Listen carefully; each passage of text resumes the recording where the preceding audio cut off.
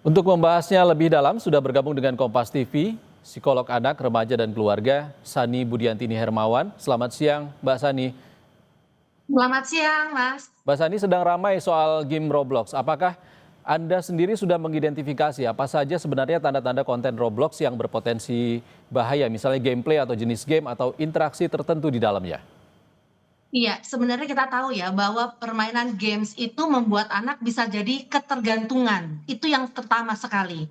Anak menjadi ada attach kepada games, anak juga tidak bisa menyelesaikan gamenya itu secara pendek tapi terus berlanjut ya. Dan game ini salah satunya yang memang lagi viral, di mana semua orang bermain. Bahkan kalau ada anak yang nggak main seakan-akan tidak era kekinian begitu. Jadi games yang sekarang ini itu yang kita khawatirkan ketika berbau kekerasan dan ada konten juga mengandung seksualitas begitu. Mhm. Tapi yang terutama adalah bagaimana anak akhirnya attach dan kalau sudah ketergantungan, anak tersendiri tidak mau berinteraksi dengan yang lain, dengan dunia luar, dengan belajar misalnya, akhirnya konsentrasi pun semakin menurun. Nah ini yang juga menjadi masalah karena anak sendiri sudah merasa nyaman di dunia gamesnya dan berinteraksi di dunia gamesnya, padahal di situ banyak sekali mengandung unsur yang beresiko atau berbahaya. Termasuk interaksi antara kelompok umur anak-anak dan juga orang dewasa yang banyak memainkan Roblox ini, Mbak Sani. Iya, betul sekali, karena tidak ada yang namanya usia, batasan usia, dan mereka bisa saja memakai mungkin usia palsu dan sebagainya. Dan yang paling penting adalah ini bisa kopi darat. Mereka bisa bertemu secara offline, mereka bisa bertemu di platform chatting lainnya. Dan ini yang kalau orang tua tidak tahu, tidak bisa memantau, justru ini berbahaya karena kita tidak tahu kepada siapa anak kita bertemu, kepada siapa anak kita berinteraksi. Dan di sini ada juga kecenderungan bisa juga ada potensi kriminal di sini begitu. Mhm. Dan Anda melihatnya apa tanda-tanda yang mungkin sudah bagi orang tua untuk melihat anak-anak ini sudah terdampak negatif dari konten game ini? Iya, pertama sebenarnya kalau kita lihat ketika anak bermain, anak tuh spontan mengujar kalimat-kalimat kasar, kalimat jorok misalnya, atau bahkan sudah melanggar ya aturan atau norma yang ada di keluarganya. Nah ini sudah meresahkan keluarga karena anak dengan mudah mengomong kasar, berbicara yang tidak baik begitu, dan ini takutnya itu terjadi di dalam kesehariannya karena spontanitas tadi. Yang kedua adalah durasi waktu bermain.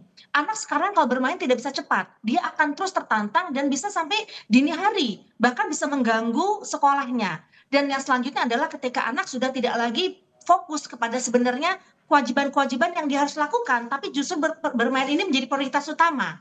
Apalagi misalnya tadi sudah ada yang namanya ada celah untuk akhirnya kejahatan, di situ anak akhirnya bertemu dengan orang yang dia tidak tahu, tapi ini mengandung justru unsur bahaya. Dalam hal itu orang tua memang harus memantau karena anak kadang-kadang tidak melapor, tapi orang tua perlu jeli, peka, dan mendampingi anak sehingga ketika anak sudah ada dalam fase yang membahayakan, kita bisa ada antisipasi jauh-jauh hari untuk menyetop itu begitu. Jadi bukan kurasi tapi antisipasi sejak dini lebih baik. Oke, interaksi anak dengan anak lain ataupun orang dewasa yang bisa mengarahkan mereka ke perilaku tertentu ini sebenarnya bukan hanya bisa terjadi di game sebenarnya, Mbak. Bisa juga terjadi di media sosial. Lalu seberapa besar sebenarnya urgensi untuk memblokir permainan ini? Ya, kalau saya sebenarnya, blokir itu memang perlu mungkin dikaji ulang ya. Itu kan pemerintah juga saya mengapresiasi bahwa pemerintah juga akan mengkaji hal ini dan tidak hanya game ini, tapi mungkin game-game yang lain. Tapi yang jelas sebelum pemerintah mengambil langkah, nyata, mari para keluarga, orang tua justru yang memahami, karena orang tua adalah garda terdepan untuk menyelamatkan anak. Kadang-kadang orang tua tahu anak main Roblox, tapi orang tua nggak tahu apakah di dalamnya apa isinya, bagaimana permainannya. Nah, ini yang saya menganjurkan, menghimbau orang tua benar-benar ada di dalam dunia anak untuk tahu mana yang boleh, mana yang tidak, mana yang anak perlu diinformasikan atau diperingatkan gitu ya, supaya juga orang tua dan anak nyambung dan tidak terjadi tadi bahaya-bahaya yang mengancam di dalam lingkungan anak begitu. Oke, menurut Anda artinya game seperti Roblox ini masih cenderung aman jika dengan pendampingan orang tua, seperti itu?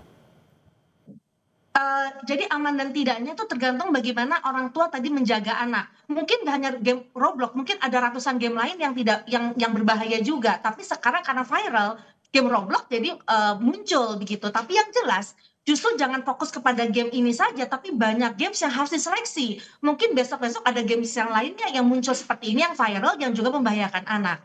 Intinya adalah orang tua harus mengajarkan anak bagaimana menjadi smart user sebagai pemain game. Tetap dia juga harus mengedepankan yang namanya prioritas kewajiban mereka sebagai mahasiswa atau anak-anak di dunia pendidikannya begitu. Jadi sebenarnya Mbak Sani sudah ada riset akademisnya kah atau penelitiannya yang menunjukkan hubungan antara game-game seperti ini, seperti Roblox ini dan juga dampak psikologis kepada anak? Oh ya, sangat kan bahkan sudah ada kita ada diagnosa ketika anak sudah ketergantungan, dia harus juga masuk ke dalam rehabilitasi seperti narkoba atau alkohol dan sebagainya. Karena ketika anak kecanduan game, dia tidak bisa berhenti untuk tidak memikirkan game itu. Bahkan mungkin beberapa waktu yang lalu selain game Roblox itu sudah terjadi. Anak kecanduan game dan dia akhirnya berada di dalam dunia games. Nah, ini yang sudah mengganggu kejiwaan mereka dan harus langkah-langkah komprehensif baik itu kejiwaan, medikasi, support system itu harus digerakkan segera begitu. Karena sudah ada memang kecanduan bermain game yang membuat anak menjadi keganggu jiwanya. Di sini juga saya baca Roblox sebenarnya sudah berupaya untuk membatasi ataupun verifikasi usia dan juga membatasi pesan di luar game kepada anak-anak di bawah umur. Namun yang terjadi selama ini saya juga pernah melihat ada konten-konten viral di TikTok ataupun Instagram yang menunjukkan seorang pria atau wanita dewasa bertemu dengan anak SD ataupun anak di bawah umur, dan ini juga sejalan dengan kekhawatiran orang tua terkait dengan potensi pedofilia. Bagaimana, Mbak? Iya, ini membahayakan sekali, makanya ini adalah menjadi satu gerbang bisanya masuk kriminal di situ kan, ada pedofilia atau ada utang piutang atau ada bahkan judi online, ini bisa masuk ke dalam ranah kalau kita sudah online ya, itu di digital ini siapapun bisa bertemu, siapapun bisa melakukan kejahatan yang dia inginkan begitu. Makanya ketika anak baru mulai melek, dia belum tahu bagaimana dunia ini resikonya, bahayanya, justru orang tua harus hadir karena anak tidak menyangka bahwa ini semua itu bisa ke arahnya yang membahayakan anak itu sendiri. Makanya selain memang tadi ya pemerintah turun tangan, orang tua menjaga anak, tapi memang harus ada dibangkitkan juga kesadaran anak bahwa kita harus menjaga diri kita. Tidak mudah orang yang bermanis-manis, berchat gitu ya, dengan chat itu belum tentu dia orang baik. Jadi harus ada kewaspadaan dan yang terpenting adalah ketika anak terbuka dengan orang tua, maka ini akan memudahkan orang tua bisa melakukan yang terbaik buat anaknya. Masalahnya kalau anak tidak terbuka, orang tua terkadang tidak tahu apa yang harus dilakukan dan ini sudah menjadi satu takutnya adalah sudah kejadian baru orang tua tahu. Ini yang mengkhawatirkan kita semua begitu. Oke, Mbak Sani, saran untuk pemerintah sebelum memblokir selain dikaji apa lagi?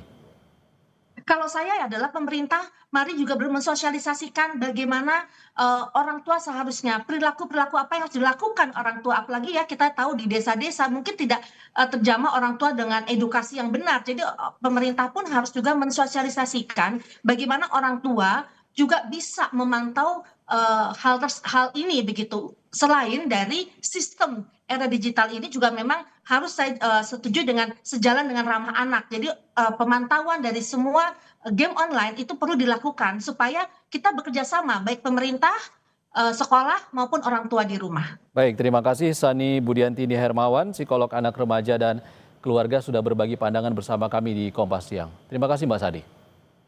Selamat siang. Usai jeda di Kompas